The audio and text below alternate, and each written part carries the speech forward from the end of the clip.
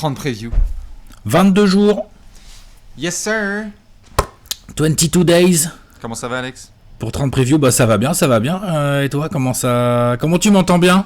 Parce que écoute, je t'entends très bien. On s'entend Ouais. parfaitement dans les oreilles. Nous sommes en 2020 et bientôt en 2021 et nous sommes bons sur la technique. Ce sont les 30 previews en 22 jours, la série préférée de votre joueur préféré avec la technique préférée. Le 22 décembre, la NBA va reprendre ses droits avec la saison régulière 2020-21. On enchaîne toutes les franchises, vous le connaissez ce classique, on s'occupe de toutes les équipes et on commence gentiment à rentrer dans les équipes qui non seulement pourraient parler au mois de juin, mais aussi au mois de juillet 2021. Ah oui, carrément. On va voir tout ça, en ça. discuter. Faut voir. On y rentre gentiment, t'as bien dit. Donc déjà, C'est voilà. ça. Non, ça mais veut dire qu'on n'y est peut-être pas complètement. Je m'occupe de teaser les fans de Dallas qui sont en excitation totale. J'ai mis devant du la- bleu et du gris. Hein. Dallas représente. Hein. C'est ça. Moi, j'ai mis Attention. un grimoire que certains peut-être connaissent ou pas. C'est un des rares livres au monde qui existe après la retraite de Dirk Nowitzki notamment. Je vous montrerai quelques visuels si vous êtes gentil. Par contre, ça c'est sympa. Ça c'est beaucoup plus sympa. Le plus grand livre de basketball de tous les temps selon Trash Talk. Pour ceux qui l'ont toujours pas pris, Noël arrive. Qu'est-ce que vous branlez? Faites-vous plaisir, notamment avec ce bouquin. Si vous aimez le taf qu'on fait notamment sur cette chaîne ou d'une manière générale avec toute l'équipe, sur les réseaux sociaux, sur le site de Trash Talk avec Léon Salaprod et compagnie, n'hésitez pas à le prendre. On reçoit plein de messages de votre part, des photos avec des chiens, des nudes. On a reçu absolument tout. C'est formidable. Est-ce qu'on a le grand dire que dedans? Oui, hein. Il me Je peux semble. te Hein. le dire qu'on l'a et on l'a pas qu'à moitié comme on dit, puisque Il me semble aussi qu'on a on a quelques bonnes histoires et une très jolie photo quoi sur le grand Dirk. Voilà. Dans sa bonne position news, quand même. préférée, Exactement. Le coup de lever et le petit doigt, il est bien haut. le fade away à la bière. Exactement. Les previews, elles ne changent pas. Elles ont toujours la même trame et donc les mêmes sections vont continuer. Vous aurez toujours le Gérard d'or, la question de la mort, le 5 majeur, le pronostic. On ne va pas perdre de temps parce qu'il y a plein de choses à dire sur ces Mavs. Et donc forcément, on va commencer avec ein kleiner coup d'œil. In the rétroviseur. Uns der Retroviseur. Ja? On le dit en allemand, on ne sait pas le dire en slovène. Hein. Non, on ne sait pas Parce qu'il le dire en slovène. Il y a du slovène dans le rétroviseur. Je crois Ah, qu'on bien peut le sûr, dire. bien sûr. Non, c'est très très clair. Hein Le coup d'œil dans le rétroviseur. Lorsque je sors les jumelles et que je regarde un petit peu ce qui s'est passé chez les Mavs, eh bien, nous avons une saison particulièrement satisfaisante. On est en Au-dessus année des 2. attentes. Bien sûr, on est en année 2 du projet Luka Doncic, meilleur joueur de tous les temps. Nous sommes Projet sur 20 ans, ouais. Exactement. Nous sommes toujours sur le projet Rick Carlisle qui essaye de révolutionner l'attaque en Meilleur NBA. coach NBA. Alors ça, après, je sais que le débat, il existe, pour toi, pas trop. Mais dans tous les cas, avec Rick Carlisle, on a une attaque absolument all-time, puisque autour de Luka Doncic, taille, patron, MVP, quasiment en triple-double de moyenne, Dallas va défoncer toutes les défenses avec des sanctions à 3 points. Avec Dorian Finney-Smith, Ah, oh là Tim là là Hardaway là. Jr., Seth Curry, avec Kristaps quoi Porzingis. un peu de Porzingis évidemment. Ouais. Porzingis a eu quelques absences encore. Hein. Il est revenu sûr. mais il n'a pas pu tout jouer. Ouais. Donc ça c'est un point important du coup d'œil dans le rétro. La santé, le physique de Kristaps. Ouais, tout à fait. On a eu un bon Dwight Powell avant qu'il se blesse. On a eu un très bon Pareil, Dwight Powell blessure aussi, ouais. qui était l'espèce de taulier quand même du 5 majeur à faire toutes les petites missions qu'on ne voit pas forcément dans le box score, tellement fondamentales dans la réussite de Dallas. Toujours évidemment le banc qui a fait le boulot pour essayer justement de permettre à cette équipe de Dallas en fait de retrouver les playoffs. Grave. Et puis avec la manière, quoi. C'est-à-dire que ils ont pratiqué, comme tu l'as dit, un superbe basket offensif. Ensuite, ils ont leur sophomore Luka Doncic, qui n'est pas un sophomore en fait, c'est un candidat MVP, tu vois. Ouais. Donc c'est un délire. Qui a été All-Star, mais genre l'année dernière il l'a pas été titulaire, mais là cette année c'était torché, tu vois. Enfin dès le début des votes on avait compris que voilà. Puis les joueurs adoubés par les joueurs aussi. Ah bah bien sûr. Donc non, immense saison des Mavs, immense saison de Luka Doncic. Quelques blessures reloues, hein, t'as parlé de Dwight Powell, moi j'ai parlé de Porzingis. C'est quand même des trucs importants parce que la paire a bien fonctionné quand elle a joué ensemble. Ouais, je trouve. Il y a eu des beaux matchs, hein, tout à fait. Hein. Tu voyais tout de suite l'association qui était mise en place. On en parlait depuis quelques mois. On attendait le retour de Porzingis. Et il s'est assez bien passé, hein, au final. Hein. On avait beaucoup d'interrogations avec un joueur aussi grand et qui allait être utilisé finement par le staff médical et le coaching staff de Dallas. Au final, on a eu un retour assez intéressant. C'est vrai que ça va prendre du temps. Il avait pris la prolongation, la fat prolongation à Dallas, puisque évidemment, Mark Cuban avait dit non, mais c'est non négociable. Notre père, on l'a. Ça, c'était pas mal. C'était pas mal, ouais. C'était pas C'est mal. clair. C'était pas mal. Après, le sujet Kristaps, c'est un sujet dont on va sûrement reparler pendant cette preview. Puisque il a continué sur les blessures, donc et blessures, chirurgie et tout. Donc c'est. Disons que la saison dernière n'a pas dérogé à ce à quoi on s'attend pour les Mavs et dont tu viens de parler. Ouais. Toujours une espèce d'interrogation latente sur la santé, les genoux, le dos, le ceci, le cela de Kristaps. Évidemment, dans ce coup d'œil dans le rétro, on ne peut pas le faire sans parler évidemment de la bulle d'Orlando, avec donc cette fin de saison régulière où Luka trottine gentiment, marche sur la concurrence, et on va se faire ce premier tour de play-off face aux Clippers sans un effectif complet, puisque tu ne peux toujours pas compter sur Dwight Powell et tu as Porzingis qui est quand même sur le teco. Il n'a pas joué tous les matchs, Porzingis, de c'est cette ça, série. Mais le moment, c'est quand même ce tir de la gagne, ce step match 4, back là. à 3 points sur Reggie Jackson de Luka Doncic au buzzer, qui est devenu le shoot signature vraiment de Luka, où tu shakes un peu ton défenseur, step back et ensuite ça fait ficelle, le banc qui explose. Et quelque part, toute la planète basket qui explose. Parce que Alex, ce soir-là, si je dis pas de bêtises, c'était le soir notamment de la finale de la Ligue des Champions. Donc disons qu'en France, on avait un peu le mort. Mais on avait vu Luka tout de suite nous prendre la planète basket et la faire exploser. C'était le point d'exclamation sur l'arrivée d'un joueur transgénérationnel et qui venait de nous taper 2 premières saisons incroyables. Disons que voilà, exactement, c'est ça. Point d'exclamation sur 2 premières saisons incroyables. Avec des Mavs un peu éclopés, l'autre, avec ce shoot, il égalise à 2-2 dans une série face aux Clippers. Donc à l'époque, on n'avait pas encore vu la série contre les Nuggets. On savait pas encore, tu vois. Mais quand même, à l'époque, t'es d'accord, à ce moment-là, on se dit, putain, mais attends, l'autre là, il est capable de faire ça. C'est pas tout seul, mais c'est avec un effectif qui est sans commune mesure avec ce que pouvaient proposer les Clippers, parce que les Mavs sans Dwight Powell, avec un Porzingis sur une patte, j'adore, je trouve que les saisons de Tim Hardaway Jr., de Seth Curry et de Dorian Finney-Smith, je trouve que ces 3 joueurs qui ont fait des saisons incroyables l'année dernière. Je sais pas ce que t'en penses toi. Ils ont surproduit par rapport aux attentes. Et puis avec une régularité, mais un truc. Qu'est-ce qu'il leur dit Carlisle Qu'est-ce qu'il fait en fait? Bref, c'est un autre sujet. Mais Luka, ouais, c'est-à-dire qu'il a fait pas de problème en fait. On joue les Clippers, ils vont me mettre Beverley, puis après ils vont me mettre Kawhi, après ils vont me mettre Paul George, ils vont faire ça. En fait, je m'en bats les reins en fait. Je m'en bats les reins. Si j'ai envie de mettre 42 points parce que l'équipe en a besoin, je vais mettre 42 points. C'est ça. Marcus Morris essaye de me découper la tête, je m'en fous. Enfin, tu vois, ce que j'allais dire, c'est que autant les défenseurs essaient de se mettre sur lui, autant les Clippers avec leur tueur à gages ont essayé aussi d'envoyer un message à Luka Doncic, mais c'était sans compter sur un gamin qui ne vient pas de nulle part et qui a une formation entre le Real et la Slovénie qui fait que des challenges comme ça.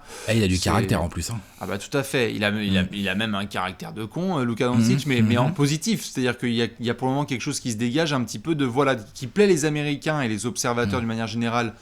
Signature Europe de l'Est, Luka Doncic. Donc vraiment, il ne se laissera pas abattre. D'ailleurs, il y a ces photos absolument dingues dans la bulle du dîner avec Yusuf Nurkic, Nikola Jokic, Luka Doncic. Konchar et tout là. Konchar et Goran Dragic. Tu te dis putain les mecs, s'ils jouent à 5 c'est une dinguerie. Ils ont une team. Ils ont une team. Si tu mets Jokic et Doncic dans la même team, moi je regarde en tout cas. Moi je regarde. Moi je veux bien me mettre au premier rang. Ou dans le corner pour mettre un petit 3 de temps en temps. Ouais. Mais moi il y a une autre image, je crois pas que ce soit le même match. L'image incroyable de quand Doncic se fait découper par Marcus Morris pour la 2e fois. C'est-à-dire que d'abord il y a le talon et après il lui découpe le cou en essayant de lui faire le coup, un espèce de coup de la corde à linge par derrière et tout. Luka il va se relever pour s'embrouiller avec Morris et là t'as les immenses paluches de Boban. Tu te rappelles de cette image? Elle est extraordinaire. Elle représente bien les Mavs. Il y a ces immenses paluches de Boban qui font non. Ouais, même, qu'est-ce que je dis? Pour retenir Doncic, Boban, il a fait ça? Non, tiens, bouge pas. Il a mis le doigt comme ça sur le front, il a fait tu bouges pas. Mais ça montre bien aussi le côté vraiment team, collectif qu'il y avait dans ce Dallas. C'est-à-dire que Boban, en un quart de seconde, il a fait hop, hop, hop, hop, hop, hop, hop. Le gamin de 21 ans, c'est mon leader. Je veux pas qu'il s'embrouille en fait. C'est bon, les gardes du corps ils sont mis en place et d'ailleurs c'est ce qu'on va voir. Quand c'est Boban ton garde du corps, je te cache pas que Boban faisait partie des belles images tout à fait de la saison des Mavs et de toute façon comme tu le disais là, je pense que s'il devait y avoir un classement le groupe vit bien sur la saison 2019-2020, les Mavs étaient extrêmement hauts, gérés par Carlisle et avec une joie de vivre vraiment insufflé par Doncic et Porzingis et tous les copains autour qui étaient très bonnes. On n'a pas parlé de Trey Burke qu'on a pu souvent critiquer mais qui s'est intégré dans le système de Dallas et nous a dit il n'y a pas de problème. En fait c'est bien moi le second coming d'Allen Iverson. Donc c'était très sympathique pour les Mavs qui ont pu avoir ça. D'une manière générale très positif. Tu sors en fait au premier tour des playoffs mais tu as coché quasiment toutes les cases parce que tu as la hype qui est confirmée. Tu as une pépite qui est bien celle qu'elle est, c'est-à-dire le meilleur talent de sa draft et un joueur générationnel et un candidat MVP dès sa saison 2, et un management qui a plutôt bien géré sa banque pour essayer justement d'encore mieux entourer Luka Doncic. Ouais, tu sors 4-2 contre les Clippers, une équipe, je veux dire, obviously plus forte que toi, hein. Je veux dire, il n'y a pas à tortiller, quoi, hein, les joueurs, voilà. Donc du coup, tu regardes l'avenir, tu fais trop bien, tu vois, trop bien quoi. C'est vrai, non? C'est clair. T'es fan de Dallas, tu te dis ce que j'ai envie de voir absolument, c'est le marché de l'automne, n'est-ce pas? Très bien, magnifique. Transition. C'est pas mal. Allez, on va regarder ça tout de suite dans le marché de l'automne. Le marché de l'automne. Vous le savez, dans cette section, on va vous montrer le gros tableau. Big tableau. Alors, voici. Qu'est-ce qu'on a? Alex... Ça a un peu bougé, hein. C'est pas trop mal. Ils ont bougé. Je sais pas si c'est. J'allais dire c'est pas trop mal, mais on va en discuter, mais ils ont bougé. Tout à fait. Ils en avaient besoin, hein, parce qu'on l'a dit, là, Luka, il faut que tu essaies de l'entourer au mieux, parce que là, quand t'as un mec comme ça dans les paluches, l'objectif, on le connaît. Hein. Non, bien sûr. Tout à fait, et ça s'est confirmé dans les rumeurs de pré-draft. Je pense qu'il n'y avait pas un seul jour, tu sais, Alex, on ne mentionnait pas que Dallas était très actif, voulait tout donner pour essayer de bien entourer dès son année 3 Luka Doncic, encore mieux l'entourer. Tu as Josh Richardson qui est récupéré contre Seth Curry dans un transfert le soir de la draft. Ouais, les petites sélections de Josh Green et Tyrell Terry gentiment. Wassim Wundu qui a été récupéré d'Orlando. James Johnson pour rejoindre Boban Marjanovic dans la team Bodyguard. Tu prolonges Trey Burke et Willie Cauley-Stein. Juste quand même dans les départs. Bon, Seth Curry en effet, Michael Christ et quand même GG Barea. Ouais. C'est quelque chose, hein, Barea qui s'en va. Bien sûr, c'est quelque chose. Bien sûr, les finales 2011, bonjour. Tout ça, non mais bien sûr, c'est quelque chose. Toutes ces années de travail à Dallas. Le grand pote d'Andrew Bynum. Tout à fait. L'homme qui faisait shaker le Heat de Miami lors des finales de 2011. Non mais c'est ouf. J'aime bien cet été de Dallas. Je trouve qu'il y a des bonnes choses qui ont été apportées. Ouais. Tu as gardé un peu de flex, un peu, pas des masses, mais un peu. C'est-à-dire que tu t'es pas trop surchargé la banque avec tes arrivées, tu vois. Genre, Josh Green et Tyrell Terry, c'est des rookies, donc en plus, c'est pas des rookies draftés hyper haut, donc ça va être très correct en termes de salaire. Wassim Wundu, je connais pas son salaire, mais honnêtement, je pense pas non plus que l'autre il prenne le max. C'est entre 1,5 million et 2 millions. Voilà. James Johnson, il a été récupéré comment lui déjà? C'était dans un trade, si je dis pas de bêtises, puisque c'est un trade qu'il avait fait avec les Wolves. Il repart avec. Donc lui, il a un salaire à 14 quoi, ou un truc comme ça. Il a son salaire du 8 là. Ouais. Il a sa dernière année de contrat à 16 millions pour la saison à venir. Il a voyagé lui, ces derniers temps. Il a fait Miami, Memphis, enfin voyagé. Il a visité, mais très rapidement, on va dire. Il a fait des escapades. Memphis, Minneapolis et maintenant Dallas. On parlera de son fit éventuel, mais donc lui c'est le seul recrutement qui coûte un peu d'argent, parce qu'après le Seth Curry, Josh Richardson, ça tient à peu près la route. Donc j'aime bien ces moves là. Le seul truc, je sais pas pour toi Bastien, je m'attendais éventuellement à ce que Dallas tente un coup un peu plus gros. Sur ce mercato. Bien sûr. Maintenant, il y a eu quelques rumeurs, mais enfin, il n'y en a pas eu non plus des masses. Bah, Maintenant, qu'est-ce qu'ils auraient pu tenter? Ouais, et je suis d'accord, il y a eu quand même quelques grosses rumeurs. Après, entre les bruits de couloir et les vraies activations, c'était plutôt limité. On a eu pendant quelques temps des bruits autour de Zach LaVine, autour de Jrue Holiday, autour de Spencer Dinwiddie, qui pendant longtemps a été... Oui, c'est vrai, Jrue Holiday et Spencer, on en a entendu parler, ouais. ont été tous les deux quand même mentionnés du côté de Dallas assez sérieusement. Je pense que cette intersaison qui était particulièrement particulière, en fait, j'ai envie de dire. Enfin, je veux dire, tu vois, c'était tellement rapide et anormal que le staff de Dallas s'est dit bon, on peut prendre des risques, mais il faut pas non plus prendre des risques désordonnés et un petit peu trop accélérer le process parce qu'on a les yeux un peu plus gros que le ventre, quoi. Donc, vu qu'ils ont la méthode en place, je trouve que le move de Josh Richardson est très très bon par rapport à leurs besoins, surtout qu'ils avaient en Seth Curry un très bon sniper, mais que l'attaque de Dallas pourra toujours aussi bien responsabiliser d'autres snipers en sortie de banc.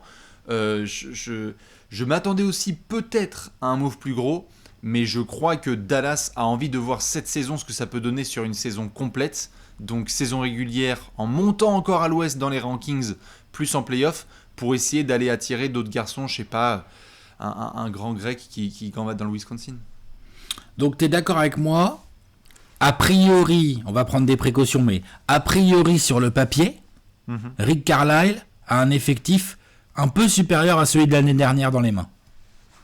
Tout à fait. Voilà, On est un demi-cran au-dessus.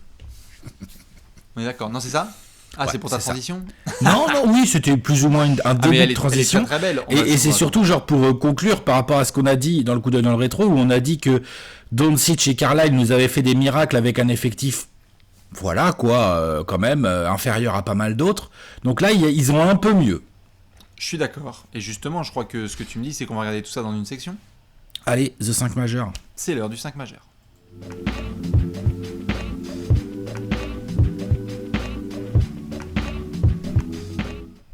Le 5 majeur, le point il est tendu à Dallas. Nous avons un meneur, nous avons un arrière, nous avons un ailier, nous avons un ailier fort ou nous avons un pivot. Nous sommes dans le bureau de Rick Carlisle. Attention, frottez-vous les yeux parce que là il y a du playbook. Nous avons Luka Doncic avec du sniper, du géant. Bref, il faut qu'à l'entre-deux chez les Mavs, ça cartonne avec un quintet. Comme pour chaque franchise, on se pose la première question. Y a-t-il des verrous dans ce 5 majeur? On parle bien de quand tout le monde est en forme, on est d'accord, hein? On parle de quand tout le monde est en forme. Mais on va le faire évidemment en deux temps. Je pense... J'ai 4 verrous. Disons qu'il y a des options. Je suis curieux de voir comment on va faire Carlisle. Vas-y. J'ai au moins 3 voire 4 verrous. Ok. Partons sur les verrous tout de suite. Bah verrou Luka Doncic, hein, je crois je pense à un moment donné, s'il le met sur le banc, ça va être bizarre. Hein. Si vous n'êtes pas d'accord avec Luka Doncic titulaire, n'hésitez pas à nous le mentionner. Je pense que Josh Richardson a été recruté pour être dans le 5 majeur. C'est sûr. Hein, on est d'accord? Oui. Tim Hardaway Jr. va rester sur le 5. Tim Hardaway Jr. il va être dans le 5 majeur aussi. Oui, je suis d'accord. Donc ça en fait déjà 3. Ensuite, j'ai Kristaps, mais il est blessé pour l'instant. Et de ce que je comprends, il va pas être là tout de suite pour le début de saison. Il sera là, les updates, c'est plutôt vers courant janvier, fin janvier, en croisant les doigts. Ouais, il va rater un mois, quoi, je dirais à l'œil, entre 2 et 4 semaines, quoi, on va dire. On n'espère pas plus pour les Mavs. Ouais. C'est déjà suffisamment relou pour eux. Du coup, bon, quand Kristaps est là, il est titulaire. C'est ça que je voulais dire. Et après, est-ce que tu l'associes avec Dorian Finney-Smith ou est-ce que donc tu le mets plutôt en pivot Kristaps ou est-ce que tu l'associes à Dwight Powell pour avoir un mec qui fait les tâches de l'ombre sous les cercles? Pour moi, sûr et certain, Dwight Powell est un titulaire à Dallas. D'accord. Que ce soit dans la structure de l'équipe ou dans son importance, dans les petites missions. Je pense que la question elle se pose peut-être un peu plus pour Dorian Finney-Smith. Je pense qu'il y a quelque part 5 verrous dès le début de saison et même 5 verrous, mais encore une fois selon moi, après Rick Carlisle peut toujours nous étonner, même quand Kristaps revient. C'est que tu as Luka, Josh Richardson et Tim Hardaway Jr. Justement sur les lignes extérieures et tu as Dwight Powell soit avec Dorian Finney-Smith, soit avec Kristaps Porzingis quand il est en forme. Mais évidemment, les fans des Mavs, si vous avez un autre line-up, allez-y. Hein. Mais toi, tu verrais Dorian Finney-Smith toujours dans le 5 ? Non, je suis d'accord. En fait, je suis d'accord avec ce que tu viens de dire. Ça me va. Je comprends. Je serais pas du tout surpris que Carlisle joue comme ça. Surtout qu'en plus, donc du coup, ça lui fait un 5 majeur. avec, quand il n'y a pas Kristaps, il y a un petit défaut de menace sur les joueurs qui jouent au poste 4-5, quoi. Disons que En ce attaque, sont des joueurs je veux de dire, l'ombre. tu vois, Ouais, c'est ça. C'est des joueurs de l'ombre, c'est des mecs qui vont se battre. battre, c'est des mecs qui vont s'appliquer, voilà, ce sont des mecs qui vont gérer ça. Mais c'est pas des mecs, c'est pas des gros snipers. Je veux dire, si Dwight Powell ou Dorian Finney-Smith sont dans le périmètre et qui sont un peu ouverts, bon, bah tu peux peut-être vivre avec ça, quoi. Ah oui, bien sûr. Ce qui est un cas qui peut se discuter aussi pour Josh Richardson. Josh Richardson peut rentrer plein de tirs, peut aussi en rater beaucoup. C'est pas un sniper vraiment, comme a pu le montrer Tim Hardaway Jr. la saison dernière, où Tim Hardaway Jr. a lui, par contre, montré une régularité absolument incroyable, où tu peux pas le laisser shooter, quoi. Tu peux refaire cette phrase ?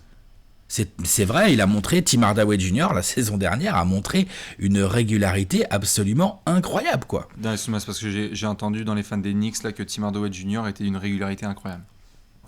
La saison dernière. Oui, bien sûr. Et il avait pas de contrat à aller chercher. Hein. Non mais attends, c'était pas un contractière. Parce que normalement, ce genre de joueur là, je sais, je vais être mauvaise langue, hein, mais normalement, Tim Hardaway Jr., la saison où il tourne en 18 points et demi avec des gros pourcentages à 3 pendant toute l'année, c'est normalement la saison où il doit enfumer les Kings, les Knicks ou une équipe comme ça, quoi. Tu vois, pour choper 80 millions sur 4 ans. Et ça va venir. Là, c'est peut-être pour cette année d'ailleurs. C'est peut-être pour cette année. Parce que cette année, c'est le contractière, mais l'année dernière, c'était pas le contractière. Donc non, vraiment là, voilà. Donc non, ce que je veux juste dire par là, c'est quand il n'y a pas Porzingis, Lucas est incroyable. Lucas peut évidemment faire des différences à lui tout seul, scorer. C'est aussi un joueur qui fait beaucoup jouer les autres et tout. Enfin voilà, joueur incroyable, on pourra en reparler et tout. Je veux bien voir comment la motion offense, la flow offense avec beaucoup de spacing de Carlisle va se mettre en place, parce que là, dans le 5 majeur, sur lequel je suis d'accord avec toi, Bastien, Josh Richardson, Dorian Finney-Smith et Dwight Powell, ils peuvent rentrer des shoots, mais c'est pas non plus du spacing assuré, quoi. Non. C'est ça que je veux dire. Tout à fait. Ce sont pas des gâchettes infernales, mais après le système de Carlisle fait tellement évoluer et booster les joueurs qui sont sur place que par rapport aux perspectives que tu te fais en début de saison, tout soudainement, au bout de quelques semaines, elles sont totalement explosées parce que Carlisle trouve la recette magique. On a aussi en Luka Doncic un passeur qui en fait la différence dans des détails du jeu que l'on, je vais pas dire qu'on ne voit pas à l'œil nu, mais qui sont des détails du jeu auxquels on ne fait pas vraiment attention. C'est que la passe de Trey Burke dans tes mains quand tu es un sniper, c'est pas la même que Luka Doncic. C'est-à-dire que la demi-seconde qui est fondamentale dans une ligue aussi compétitive que la NBA, la demi-seconde gagnée par Luka Doncic dans la vitesse qu'il met dans sa passe ou dans le fait que tu la reçoives directement dans tes mimines. Pas dans les genoux, bien à la hauteur de hanche et tout, bien sûr. Ouais. On voit énormément de joueurs, ou plutôt on voit énormément de quotes venant de joueurs de Dallas qui disent juste qu'elle régale d'avoir un passeur comme ça et de pouvoir jouer avec lui. Parce que, notamment, ce sont des détails du jeu qu'on ne voit pas lorsqu'on est simple observateur, nous, sur notre canapé, mais on le sent avec n'importe quel sniper. Je ne suis pas étonné qu'avec un joueur comme Doncic, et on en a vu plein par le passé dans l'histoire de la NBA, il y a des mecs qui débarquent et on se dise « Ah bah tiens, c'est marrant, comme tu l'as dit avec Tim Hardaway Jr., il a fait ses meilleures stats en fait, parce que tout le système le permet d'eux. » Donc, je suis d'accord totalement sur l'aspect petit manque de spacing. Je pense qu'ils vont en effet manquer ce que Seth Curry pouvait ramener comme folie parfois en sortie de balle, surtout qu'il avait développé un peu son handle. Tout à fait. Mais par contre, et en plus quand il n'y a pas Kristaps, c'est-à-dire que t'as remplacé Seth Curry qui est un sniper incroyable, il s'appelle Curry, par Josh Richardson qui est pas du tout un sniper incroyable. Qui s'appelle Richardson. Voilà. Et des Richardson sniper, il y en a eu dans l'histoire. Tout à fait. Mais oui, bref. Je te rappelle Quentin Richardson quand même. Ouais, ou Jason. Hein.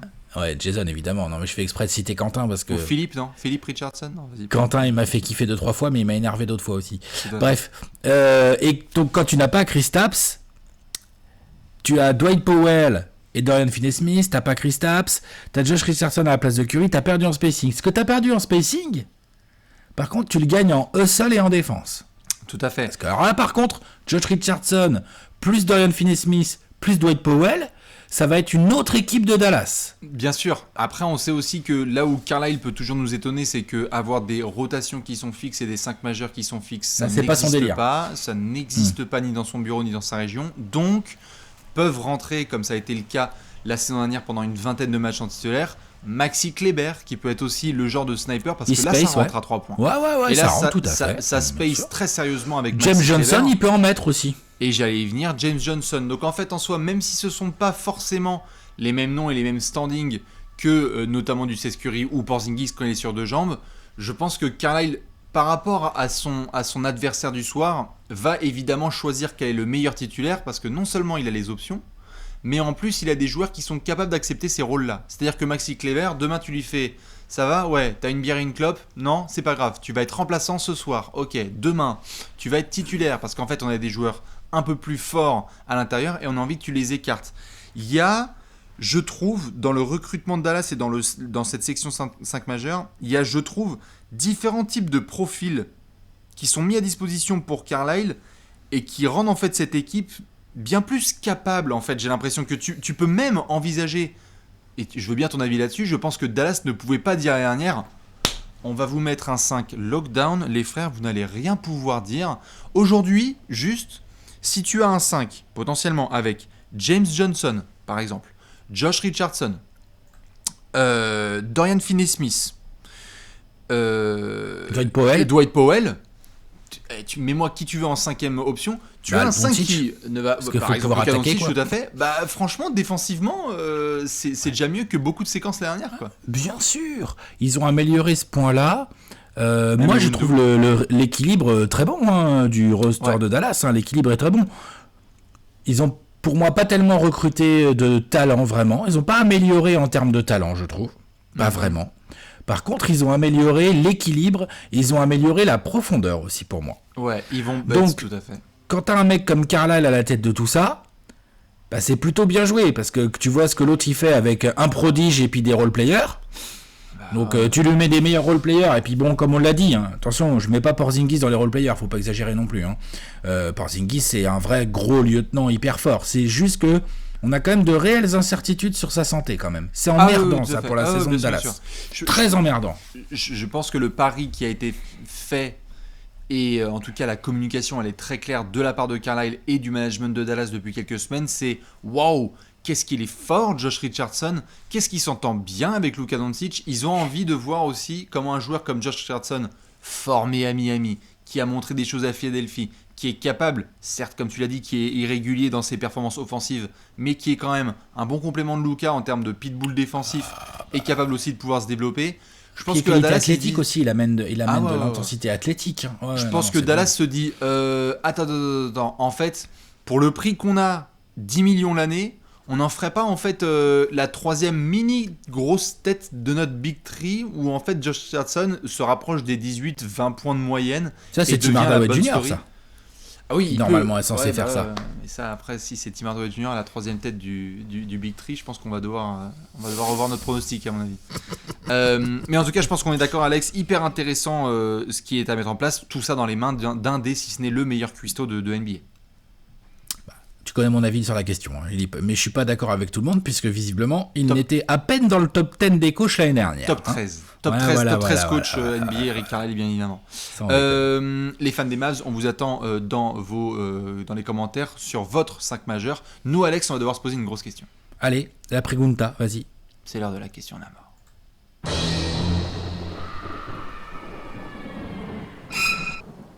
La question de la mort. Belle photo. Je sais que cette photo fait peur à beaucoup de fans de Dallas. Et autant vous dire, préparez-vous parce qu'il y en a qui vont commencer à vouloir tabasser très très clair ce garçon. Luka Doncic est au cœur de la question de la mort, Alex. On va pas trop parler de lui pour l'instant, en plus c'est bien. C'est vrai. Tout à fait. On s'était gardé mes cartouches. Je peux te dire que là, ça va sortir la mitraillette. La question elle est simple. Luka Doncic peut-il être MVP dès sa 3e saison professionnelle en NBA ? La réponse elle est assez simple. C'est oui. Il peut. Peut-il ? Il peut. Bah oui, il peut. Pour plusieurs raisons. La première, c'est que, sauf s'il se fait découper ou si on a vraiment un truc qu'on a raté, mais la production statistique de Luka Doncic sur la saison qui arrive va être de calibre MVP. Je rappelle l'année dernière, 29 points, 9 rebonds, 9 passes, une interception. Voilà. Bon. Qu'est-ce qu'il peut améliorer ? Les pourcentages au tir. Ah, les pourcentages. Ça, il peut améliorer, surtout à 3 points. On en fait beaucoup, on dit c'est un sniper. Pour l'instant, c'est pas un sniper. Ouais, et... Pour l'instant, c'est un mec qui score, mais à distance. C'est combien ? Tu les as sous les yeux, non ? Ouais, je les ai sous les yeux. En fait, combien c'est le pourcentage à 3 points de Luka l'année dernière ? Luka est à 31,6% à 3 points. Pardon. La première saison, il était à 33%. Il est à 46% au shoot. Et surtout, moi, ce qui me travaille vraiment, c'est que, putain, c'est quand même incroyable d'être à 75% au lancer quand t'as un mec aussi technique. Donc 75% après avoir été à 71%. Enfin bref, c'était juste les points stats. Vas-y. Non, mais tout à fait. Voilà ce qui peut améliorer. Ah ouais. Rigueur et concentration sur la ligne de lancer, parce que clairement il peut les mettre, c'est pas un problème technique. Oh, en step back, vas-y. Et sur les choix de tir en attaque, après c'est aussi dû au fait de choses dont on a parlé à l'instant dans le 5 majeur, c'est qu'il a pas toujours des mecs autour de lui qui sont des foudres de guerre en attaque, donc il en prend peut-être un peu trop sur lui parfois. Puis il a quand même des gros défenseurs sur lui et tout blablabla. Donc le pourcentage de loin. Peut-être en prendre moins, mieux les choisir. Pour ça, il faut qu'il y ait d'autres mecs qui en prennent. Enfin, à avoir l'équilibre que tu peux trouver. Mais toujours est-il que la production statistique globale de Luka Doncic, pour moi, sera largement du calibre MVP. Donc après, est-ce qu'il peut être MVP ? Bah oui, il en a la hype, il en a le talent technique, il en aura vraisemblablement les stats, il en aura les highlights aussi, parce que un ou deux shoots clutch, 2-3 trucs sur la tête d'un gros joueur ou quoi, enfin tu vois, il aura ça dans sa panoplie. On a vu que dans les défis, dans les duels one-on-one, entre guillemets, enfin quand c'est LeBron qui est en ville, quand c'est Kawhi qui est en ville, on va voir ce que ça donnera quand il y aura je ne sais qui, Butler, ou tu vois, des gros gars qui viennent jouer contre Dallas. On a vu que Luka, il n'y avait absolument aucun problème, donc il aura ça aussi, vraisemblablement dans sa besace. Donc qu'est-ce qui peut l'empêcher ? Bah le bilan. Alors. Déjà moi je vois le bilan.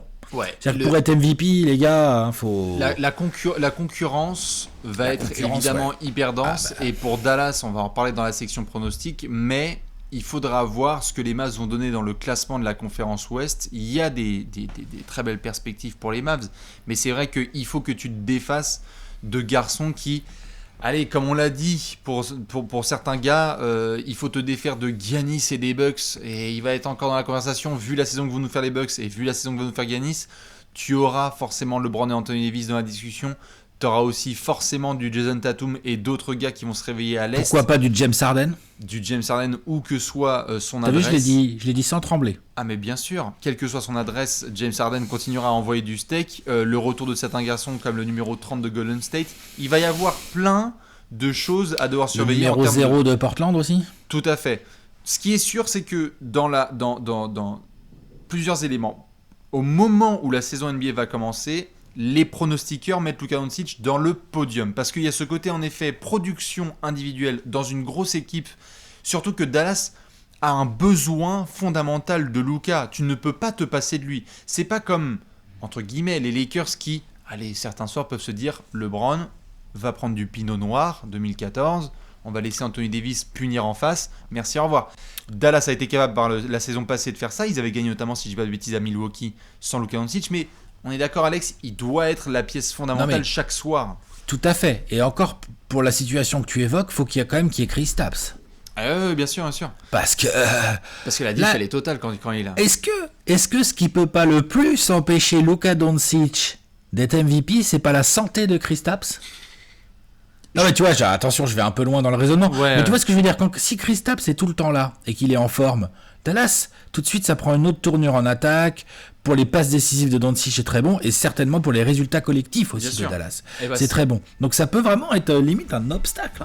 Tu as évidemment la situation de Porzingis à surveiller. Moi, il y avait un comparo un peu culotté mais intéressant que je voulais vous proposer. C'est que il y a un garçon assez doué au basket qui, dans sa 3e saison NBA, a vraiment ponctué son arrivée parmi l'élite de l'élite et a emmené sa franchise moribonde en finale NBA.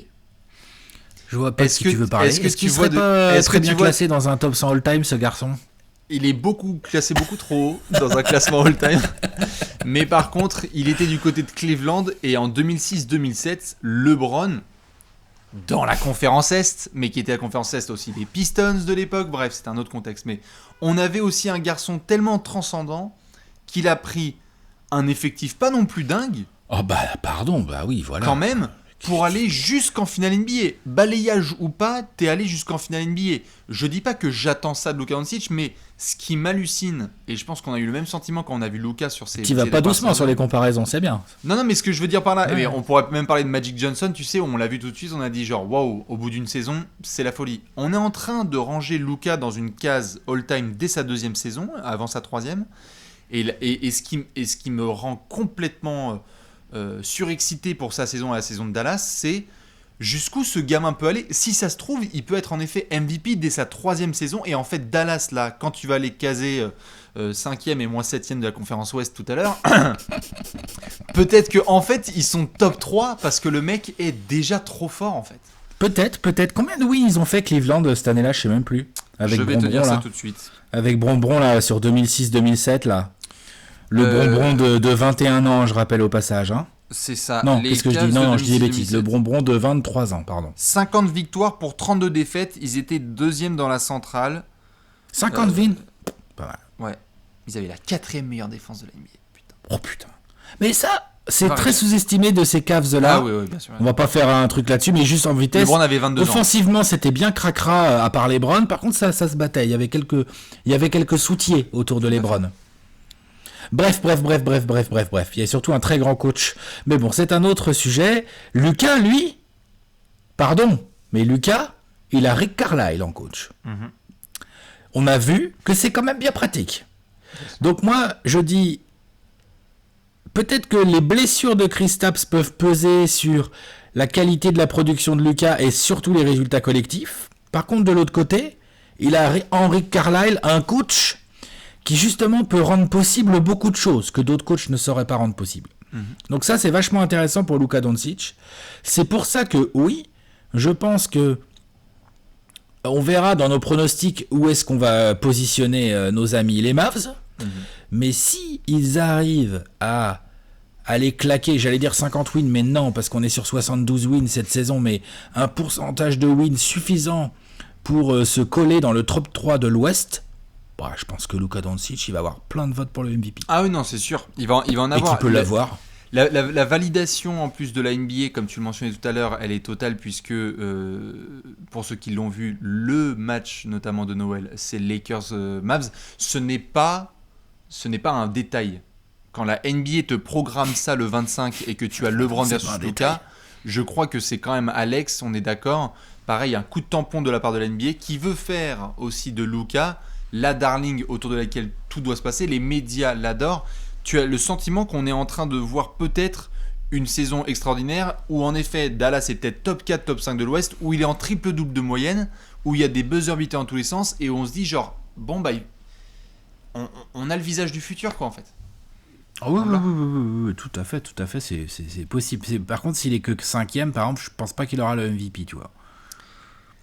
Ah, ça sera compliqué. Si dans ta 3e saison tu es en triple-double de moyenne, peut-être s'il est en triple-double de moyenne et qu'il fait vraiment trop de dingueries, mais je pense quand même que Westbrook restera une exception. ah oui, non, tout à fait. Je pense que Tu les vois votants, oui, tout à fait, les votants vont se dire, oh, ça va, on a déjà donné. Exactement. Donné dans ce tout à fait. Ça joue contre Luka, entre guillemets, ça. Bien sûr. Ça aurait jamais été fait, à la limite, je fais ouais, effectivement, mais là, Non, bien c'est sûr. différent. Tu vois, s'il est 5ème et que pendant ce temps-là, il y a Paul George et ses Clippers, et que Paul George, il est en 28-8-8, et que les mecs sont premiers de l'Ouest, hein, je peux dire que, attention. C'est pas Tyronn Lue le MVP.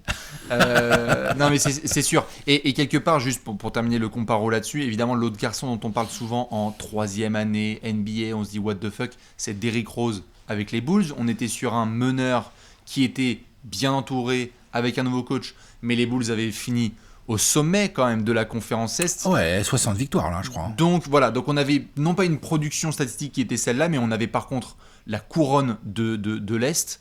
C'est peut-être en effet Allez, on va mettre comme rempart, on va mettre évidemment le classement à l'Ouest et la situation physique de Kristaps Porzingis, parce que S'il fait une saison assez complète et que Dallas se rapproche du podium, attention, en effet, on pourrait avoir un truc absolument all-time. Il va être dans les discussions, tu vois. C'est sûr et certain. C'est Dites-nous, sûr. vous évidemment, où est-ce que vous voyez Luka Doncic cette saison ? Est-ce que c'est une question complètement farfelue ou est-ce que vous le voyez, ou même certains, je le vois, pronostiquent sur Luka Doncic ? En effet, Alex, nous on fera des awards par la suite. On va avoir un trophée du peuple à devoir décerner, si je dis pas de bêtises. Allez, le Golden, c'est parti. C'est l'heure du Gérard d'or.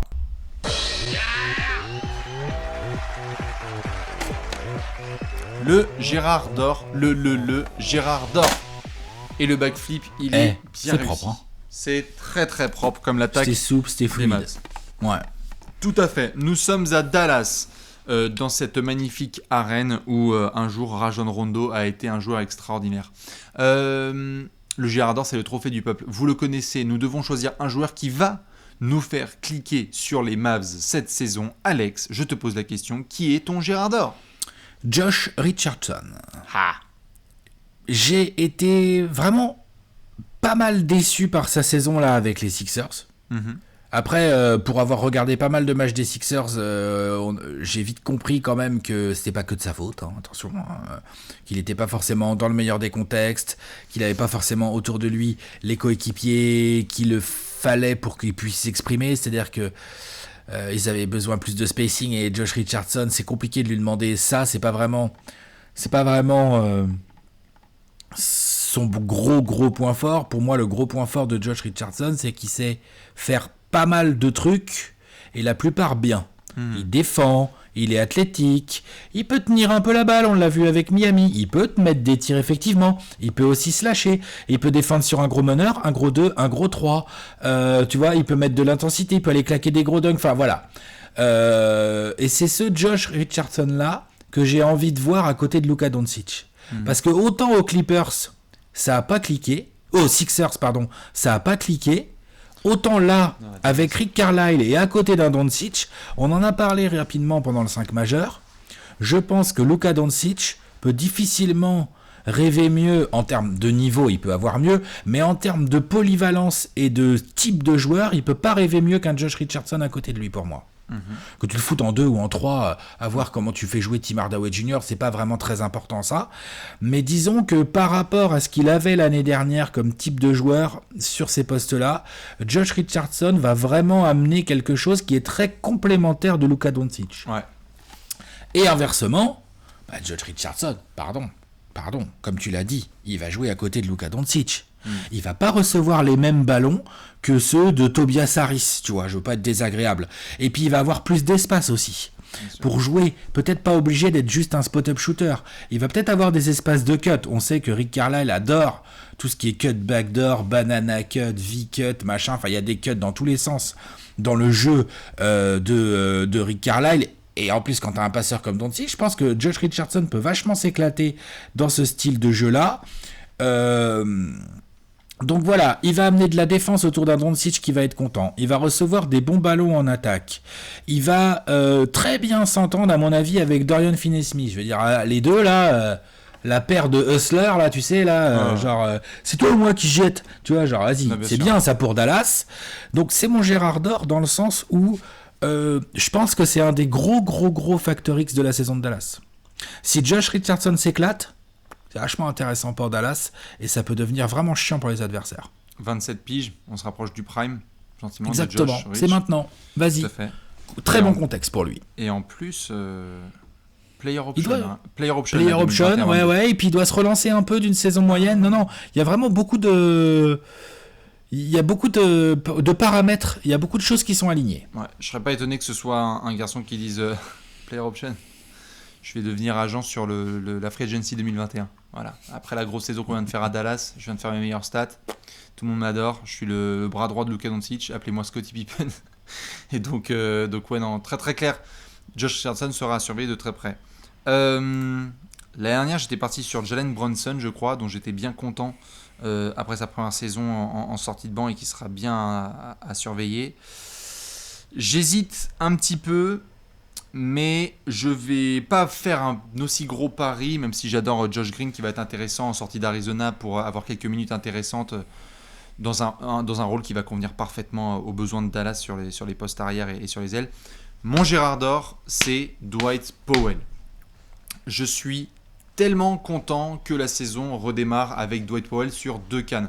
Il y a eu très très peu de blessures qui m'ont autant fait chier que celle de Dwight Powell la saison dernière. Parce que dans la catégorie de je fais tout ce que doit faire un joueur pour que son équipe gagne, donner le spotlight à un autre joueur, laissez-moi dire les bonnes choses en conférence de presse. En termes de piliers, de jeunes piliers de sa franchise, Dwight Powell il a 29 ans, donc je veux dire c'est pas non plus un jeuno, mais en termes de piliers de sa franchise, Dwight Powell, on n'en parle pas assez, il est fondamental à Dallas.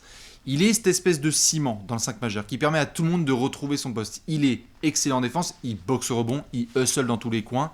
Et je voulais voir comment allait se passer sa rééducation. Au moment où il est tombé à Dallas, il y a vraiment eu non pas non plus un avant et un après, parce qu'ils se sont bien démerdés dans la bulle, mais je pense que Dallas avec Dwight Powell aurait eu une autre gueule face aux Clippers et j'aurais pas été étonné d'un upset avec Dwight Powell, avec Porzingis évidemment. Et donc là, de pouvoir avoir une saison complète de Dwight Powell dans le 5 majeur et dans la structure des Mavs avec donc Rick Carlisle et le coaching staff qui va lui demander de gérer surtout l'harmonie quotidienne de ce groupe, je suis impatient, j'adore ce joueur. Si vous regardez les Mavs jouer et que vous vous concentrez sur lui, vous allez vous dire mais attends, c'est complètement dingue. La fiche de stats n'est pas assez détaillée et épaisse pour voir tout ce qu'il fait. Les écrans sont bien posés, les rebonds sont bien sécurisés. C'est le premier à vouloir soulever ses coéquipiers quand ils sont au sol. Bref, moi j'adore Dwight Powell et ça va être mon Gérard d'or parce que dès que je le vois sur le terrain, il se passe que des bonnes choses. Non mais il est très important, je suis d'accord avec toi. Je l'adore. Il est très important dans l'équilibre et surtout pour Kristaps, il est très important pour lui d'avoir un soldat comme ça autour de lui. On voit bien Kristaps, bon il y a sa santé puis même il aime pas trop, enfin c'est pas son délire, Kristaps, c'est pas un gros rebondeur alors qu'il fait 2m20, enfin tu vois, genre c'est pas son truc à Kristaps. Le taulier, c'est bien d'avoir un Dwight Powell à côté. Ouais, complètement. Et donc, évidemment, ce sera à surveiller. Dites-nous qui est votre Girard. Comme on l'a mentionné tout à l'heure, attention, Tim Hardaway Jr. est en saison de contrat. Vu qu'il est né dans la catégorie Girard, ce sera surveillé de très près. Alex, on va devoir se faire un petit pronostic. Allez, le pronostico, vas-y, fais péter. C'est l'heure du pronostic.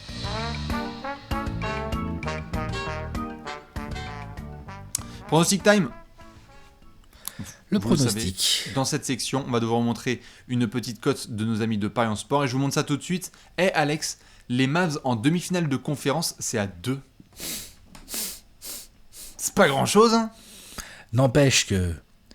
Qu'est-ce que veut dire cette cote ? Ça veut dire qu'au premier tour, les Mavs, tu y crois fort qu'ils passent, quoi. En gros, hein. À 2, ça va, quoi, tu vois. Eh bah, à titre perso, en attendant la situation santé, etc., mais je mettrais bien des sous sur cette cote. Bah... C'est que mon Porzingis en forme, avec Luka Doncic qui sort d'une saison, comme on vient de le dire, une grosse saison. Si l'effectif des Mavs s'est bien mis en route sous l'égide de Rick Carlisle, bah tu sais qu'au premier tour, il n'y a pas grand monde qui a envie de les jouer. Hein, quand tu vois déjà ce qu'ils ont fait aux Clippers en année 1, non, je suis d'accord, je comprends cette cote. Est-ce que tu mets de l'argent dessus forcément ?